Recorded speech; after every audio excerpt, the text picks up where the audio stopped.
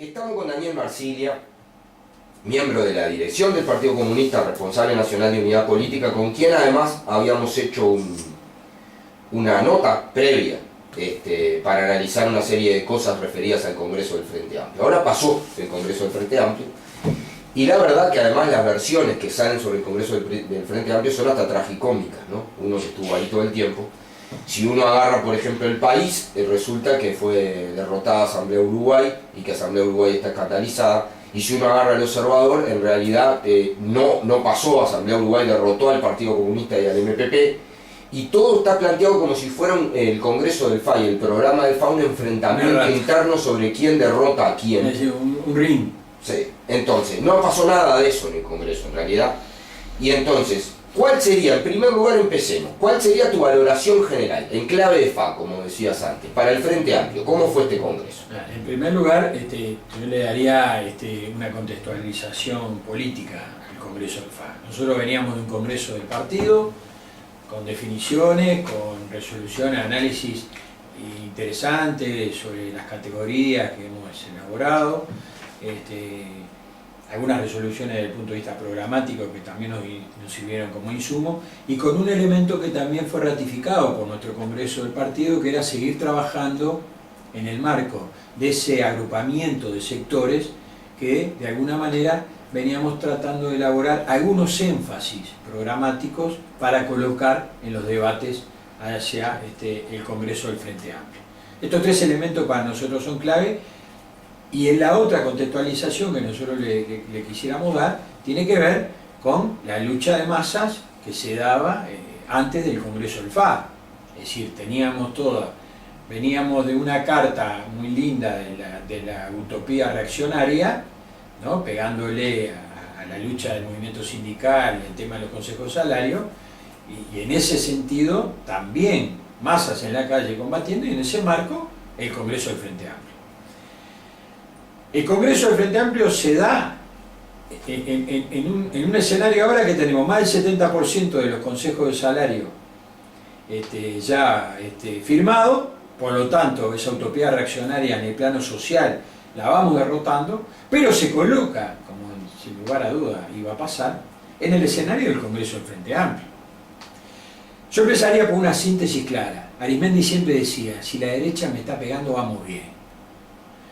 Cuando uno lee al presidente de la Federación Rural, a los consultores de KPGM, al abogado tributarista del estudio Sanguinetti Foder, y a otros, y a toda la derecha junta, y a la oposición, Bordaberry, Larrañaga, La Calle Pou y Tutti Frutti, decir que el Congreso del FA es un disparate lo que aprobó en el plano de lo que podía ser el IRAE, el impuesto a primaria, ¿tá? Los dividendos, las exoneraciones, quiere decir que hicimos bien. El Congreso del Frente Amplio tuvo una síntesis de avance en cuanto a el programa que habíamos construido. Esa es primera cuestión.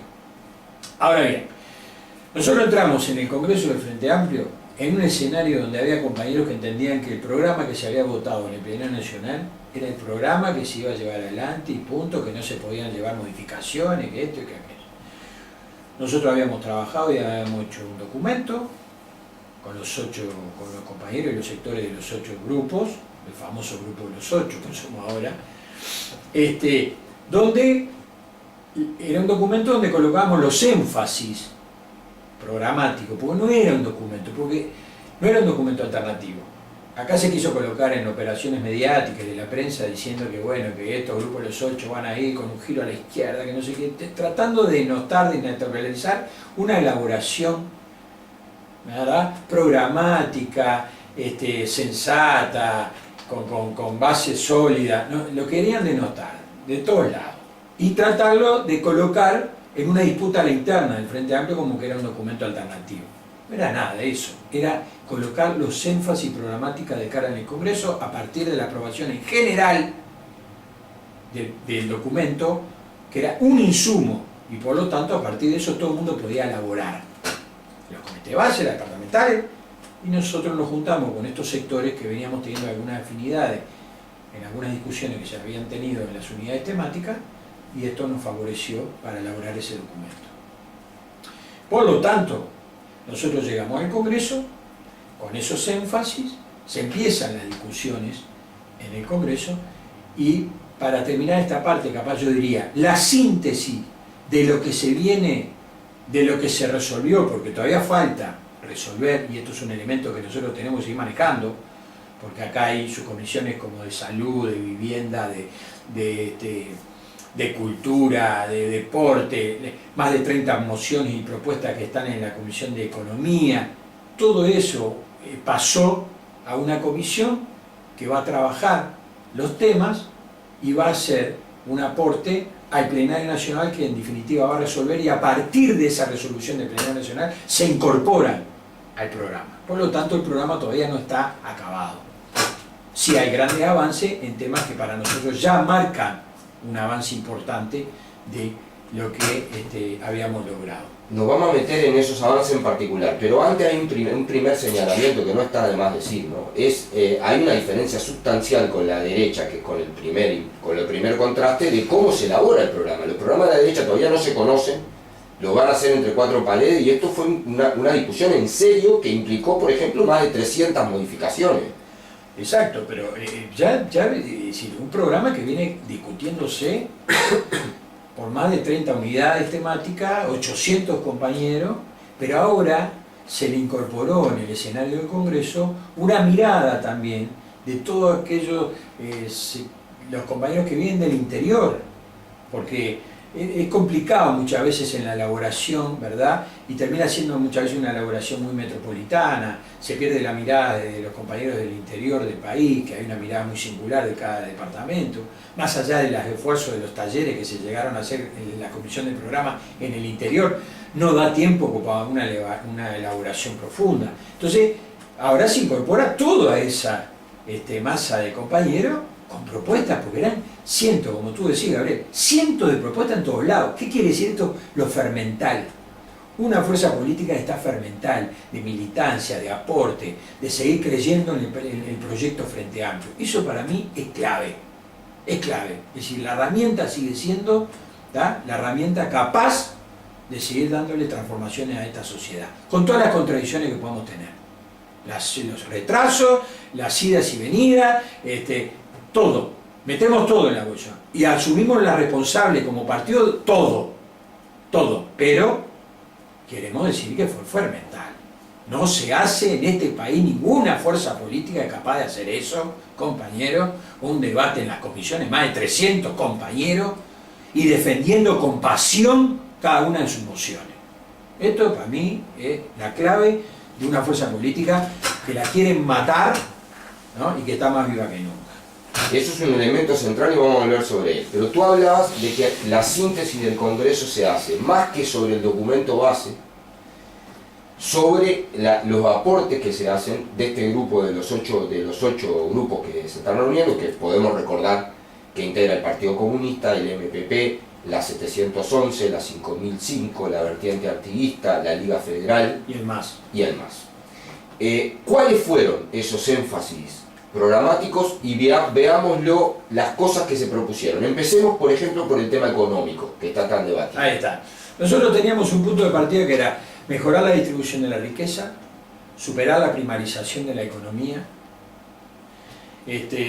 mejorar en la distribución de la riqueza desde el punto de vista del ingreso también, en lo salarial, ¿verdad?, la jubilación y todo lo más, pero después también en la riqueza misma, no en el ingreso, en la riqueza.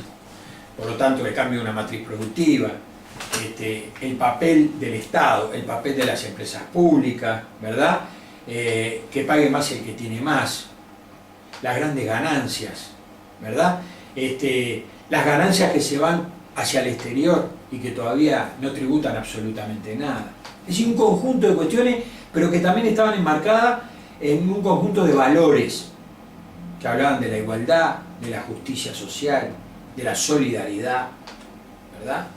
Y después la profundización en aquellos bienes públicos, ¿no?, la educación, la vivienda, la salud, y en el tema internacional, en un contexto donde nos movemos hoy el Uruguay y el mundo. Esas eran a grandes rasgos las claves ¿tá? Del Programática. del documento de los 8. Ujú, Si hablamos de economía, ujú. yo te voy a poner algunos puntos que para nosotros fueron claves, ¿no? Por ejemplo,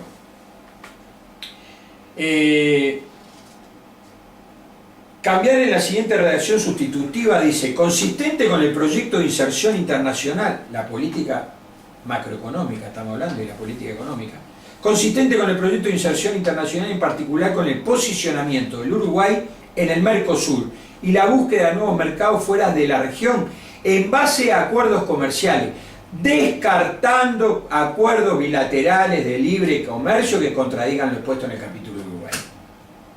Esto es por aquello de los TLC.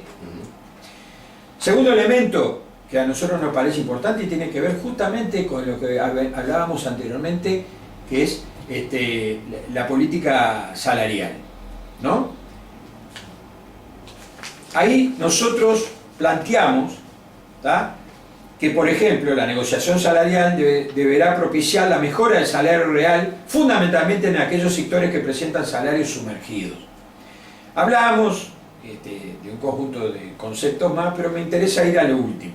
El aumento de la productividad es un elemento central del desarrollo económico, como tal un objetivo del Frente Amplio. Pero el ajuste de salarios sumergidos, tal como se ha hecho en los dos primeros gobiernos del FA, no puede quedar exclusivamente atado a este factor. Esto para nosotros es clave, porque la utopía reaccionaria nos hablaba de atar el salario a la productividad también.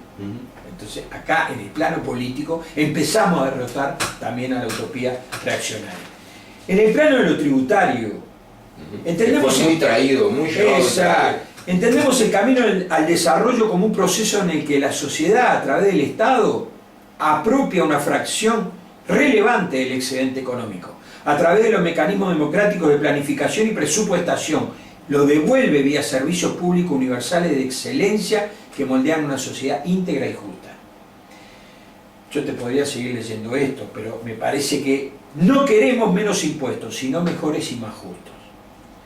Segunda cuestión, el desarrollo de una política industrial supone disponer de instrumentos, sin descartar ninguno a priori, que incentiven las exportaciones con mayor valor agregado, siempre que existan condiciones para ser industrializadas en nuestro territorio. Revisar el esquema de presiones tributarias sectoriales en función de un proyecto de desarrollo nacional al servicio de una economía que privilegie el agregado de valor.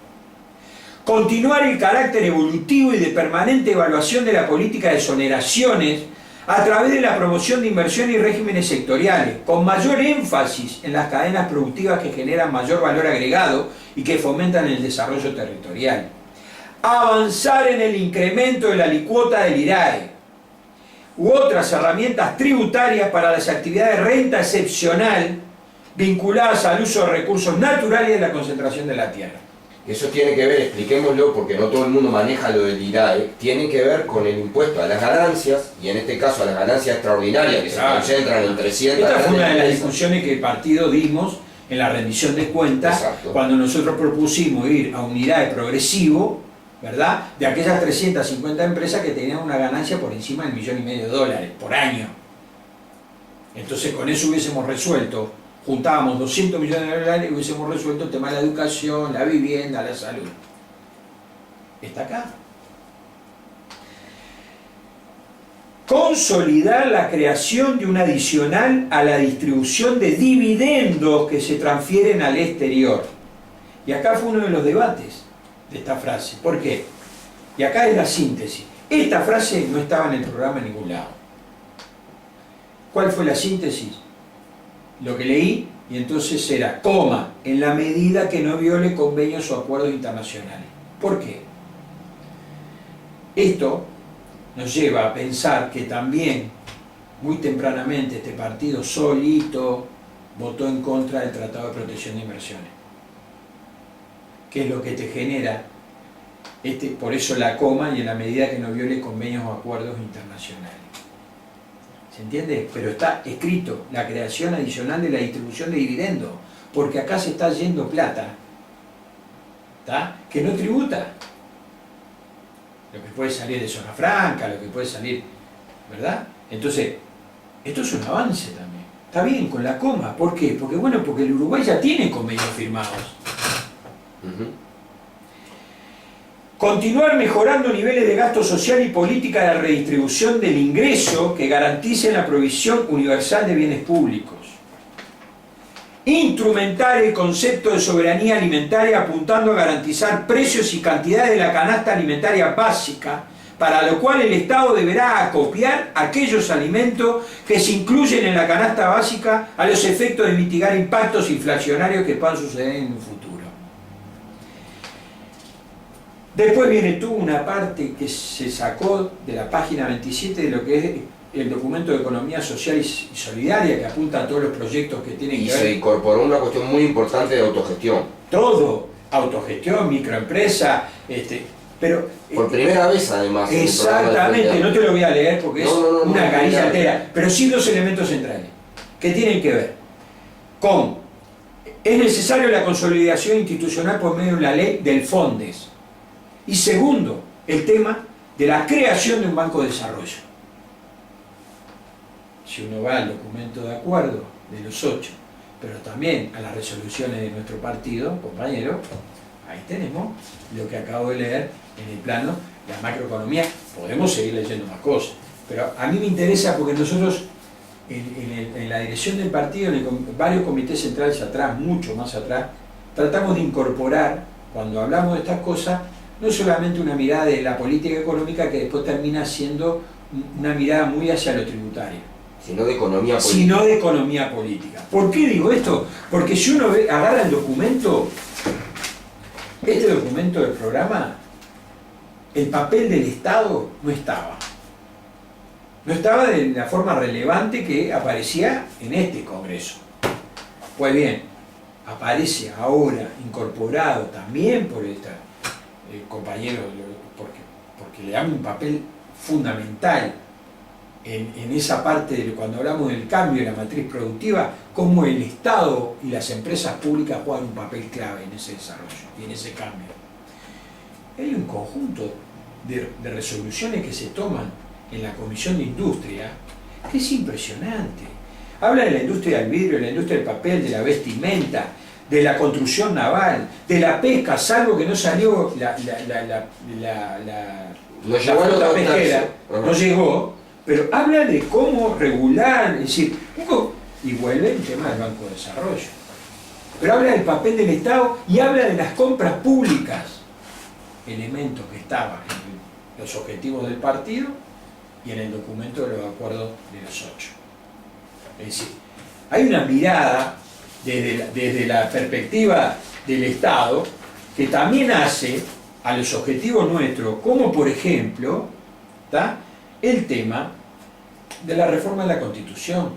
Ese es un tema central. Se planteó ratificar la voluntad reformista. No solamente ratificar, se planteó la comisión que está trabajando tiene que elaborar los contenidos para que un plenario nacional en el 2014 apruebe los contenidos de una reforma de la Constitución. Pero habla también, elemento que está, documento, objetivos del partido, objetivo del grupo de los 8. La reforma del Poder Judicial, reforma para generar un sistema transparente de designación y traslado de jueces y fiscales. Resolución de los objetivos del partido en su Congreso, los acuerdos de los 8. Podríamos seguir con un conjunto más de temas del Estado.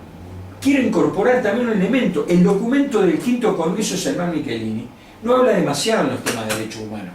Acá se votó un conjunto de medidas, de mociones sobre el tema de derechos humanos que nos coloca en un plano superior de lo que veníamos.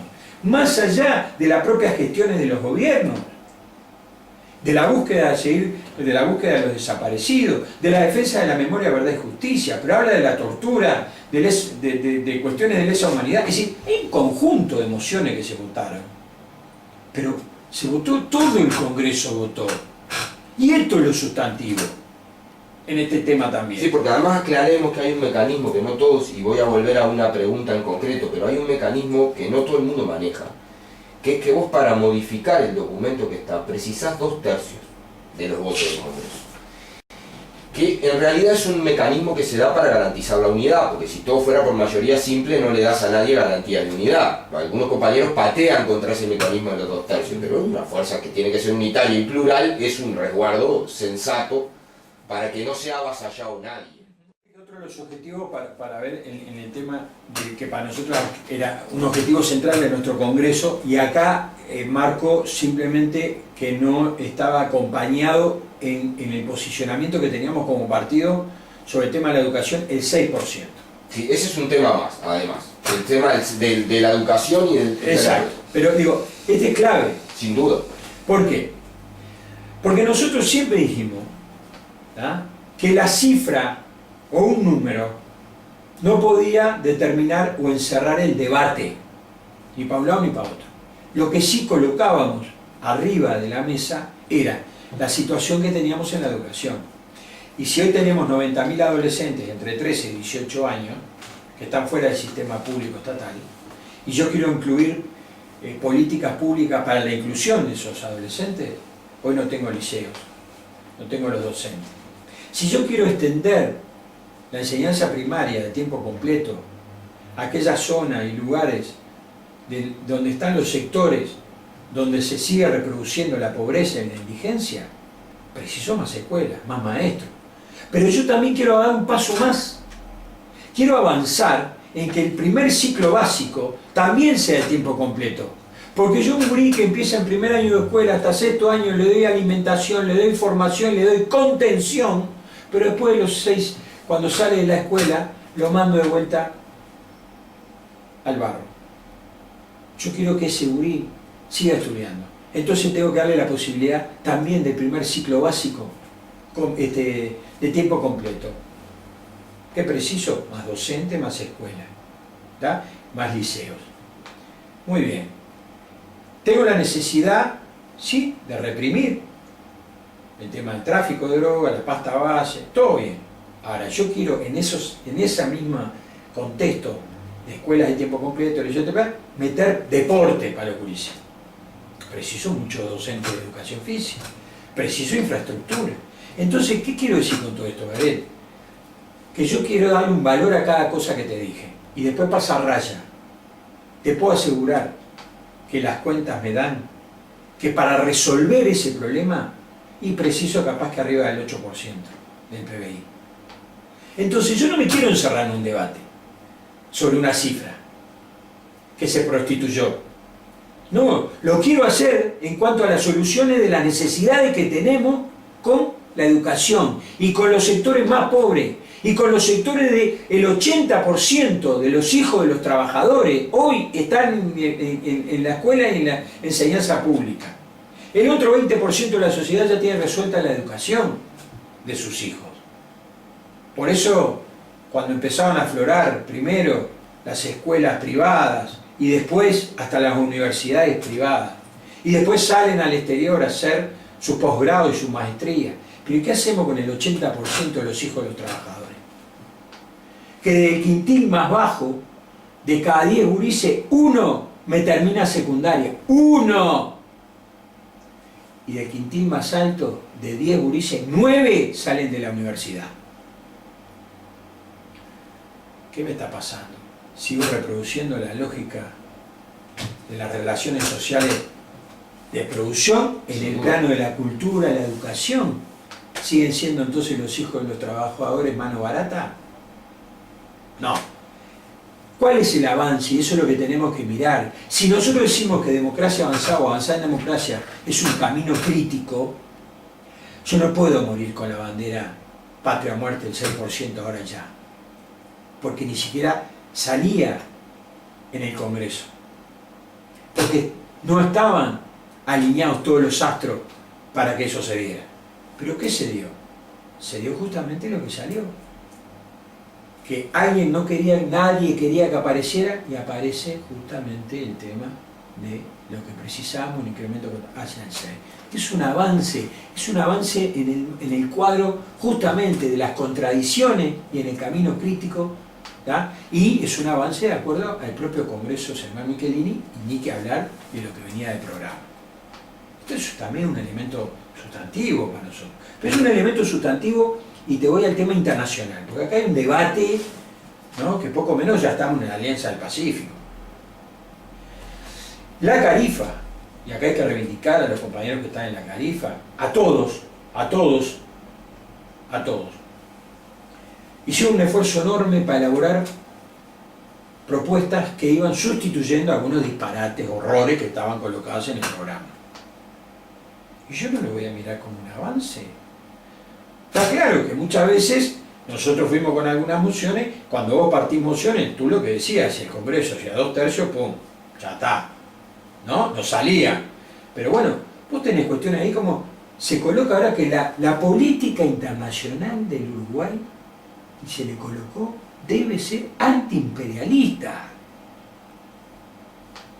Se colocó ahí, que ahí viene un párrafo ahí de la OEA, como si la OEA era lo más maravilloso y lo único, se borró todo y se colocó que la OEA simplemente es un relacionamiento internacional, que se tendrá que reformular sus objetivos, todo. ¿Y qué se defiende? La CELAC. Aparece como el elemento integrador fundamental de América Latina, donde no está la presencia del Estados Unidos, la CELAC. Y con respecto a la Alianza del Pacífico, nuestra función y nuestra propuesta eran que esto es una cuña del imperialismo, no podemos ir ahí. Está bien, la vamos a seguir defendiendo, esa es la posición del Partido Comunista, pero la síntesis del Frente Amplio lograda dice que reconoce ese espacio y la pertenencia a Uruguay como observador.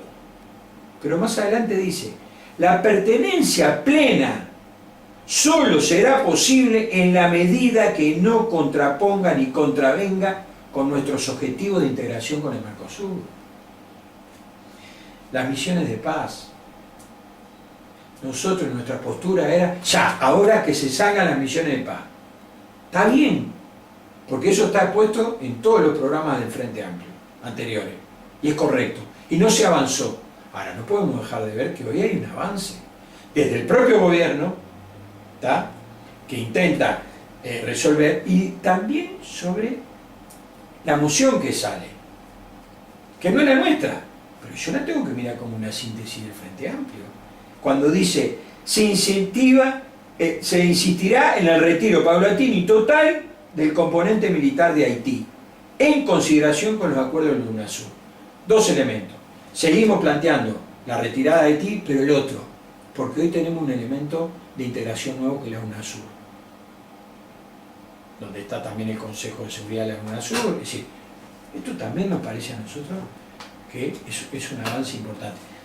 Podríamos seguir hablando en conjunto. No, pero abordamos los temas neurálgicos donde está planteado el debate. Y queda pendiente, tema de salud, de vivienda, por lo que te decía. Pero entonces, hagamos una cuestión que a mí me parece es importante definir antes, yo te la voy a hacer al final, pero antes hablemos un poco del tema de las candidaturas.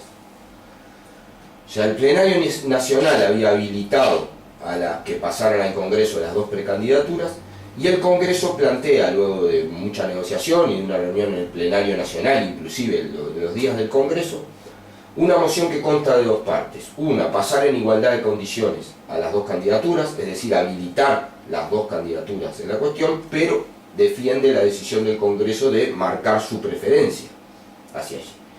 Ha habido críticas de todo tipo y color, pero en realidad la idea es cumplir con el Estatuto del Frente Amplio, que el Congreso defina su candidato, más allá de que hubo en realidad hubo una intencionalidad política de habilitar las dos, porque había una de ellas que no pasaba si no se le daban los votos.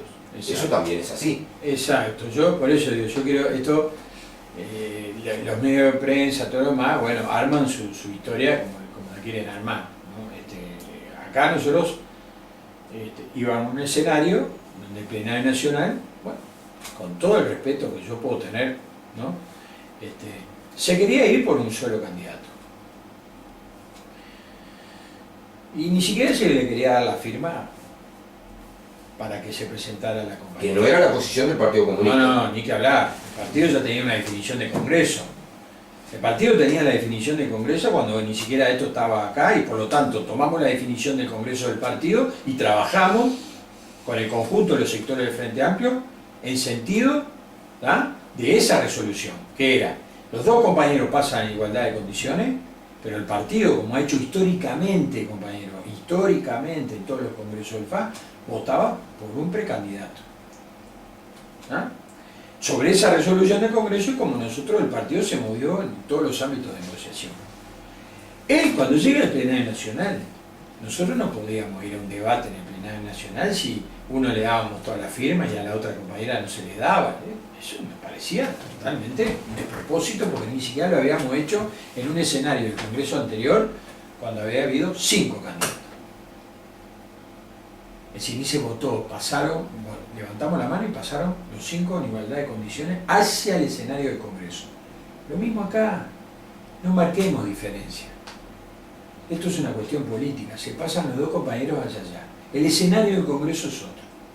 Y el escenario del Congreso para nuestro partido como para otros sectores tenía que definir también en torno a una concepción que tenemos como partido y que lo volvemos a repetir o seguiremos repitiendo porque nos estamos deslizando por un tobogán muy peligroso de que el Congreso de Frente Amplio y la estructura de Frente Amplio cada vez definen menos cosas y perdemos de vista, ¿tá?, lo que decía Sereni, un programa, un candidato. Y estas cuestiones nos costaron muy caras algunas cosas cuando Batalla se va del FA, porque quería competir.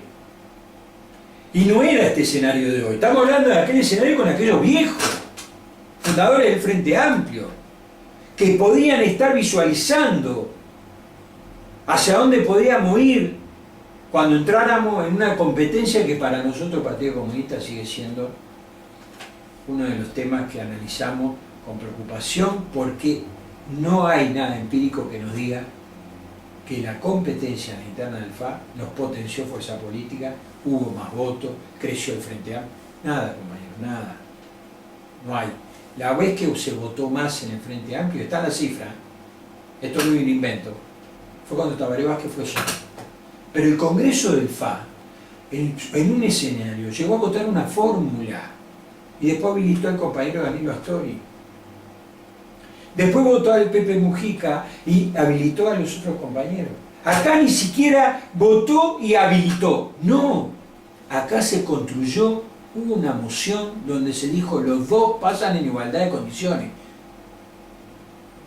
Pero también se vota en el Congreso porque desde el punto de vista estatutario y la expresión mayoritaria de sectores era marcar una preferencia en el Congreso. Y eso fue lo que fuimos trabajando. ¿Ah? Pero se vota, tú fíjate que lo primero que se vota es el pasaje de los dos compañeros en igualdad de condiciones al escenario de la interna. Que si tú lo miras para atrás, siempre era, se votaba, eso era lo oficial, y después se habilitaba. Acá no se habló ni oficial ni habilitado. Pero sí la preferencia que podían marcarse. Esto es lo que el partido también trabajó en este sentido. Y ni siquiera hablar de los porcentajes, dijimos. El estatuto lo ampara, el estatuto me ampara, que me dice que, y en tal caso el precandidato va a salir con 2/3, será el candidato oficial del Frente Amplio. Cada uno hace la lectura que quiere, pero no estaba ni siquiera en el ánimo de ninguno de los sectores que apoyábamos a Tabaré Vázquez que se expresara claramente: este es el candidato oficial, la compañera es la habilitada, esto sacó los 2/3, la compañera no estaba en el ánimo. Esto es la construcción política unitaria de lo que significa el Frente Amplio. Daniel, para hacer una última pregunta que ayude a razonar, que ayude a colocar, y en clave de frente, ¿se puede decir que salimos del Congreso con una síntesis superior del programa? Si yo lo miro en todo el contexto que vos marcabas. Ahí está, exacto. Si yo lo miro en todo ese contexto. Y en las modificaciones que hubo. No, yo lo miro en todo ese contexto. En el debate que se tuvo, en el proceso que hizo el partido conjuntamente con 8 sectores. Porque también ahí quiero abrir un paréntesis. Creo que este proceso que hicimos de 8 sectores no tiene que ver, y ahí es el fuego cruzado hoy de la prensa, de tratar de desvalorizar y desnaturalizar lo que pasó en el Congreso del FA. ¿Por qué? Porque en definitiva lo que se intenta también es atacar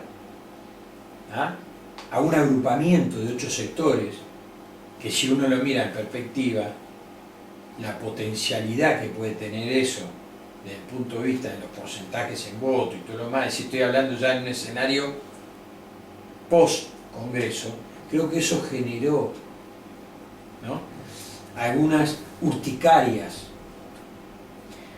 y algunas señales muy fuertes de la derecha, ¿no? Porque si eso se consolida, ¿no? Entonces, creo que hay que medirlo en eso también, en las cuestiones que de dónde se hace la síntesis, no es desde lo que viene del programa, sino de justamente del debate fecundo y de las propuestas que se van agregando, ¿no? Y en función de lo que es nuestra concepción de avanzar en democracia, en 3 elementos centrales. Ganar en primera vuelta, con mayorías parlamentarias, para poder seguir transformando la sociedad.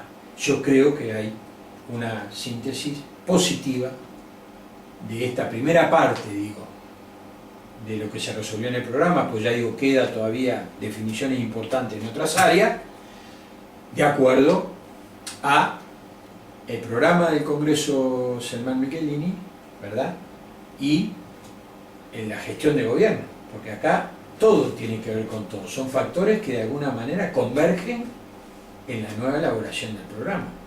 La gestión del segundo periodo de gobierno tiene mucho que ver con el programa Selman Michelini, ¿no? Y ahí yo digo, ¿se habló de la flota pesquera o se habló del frigorífico multimodal?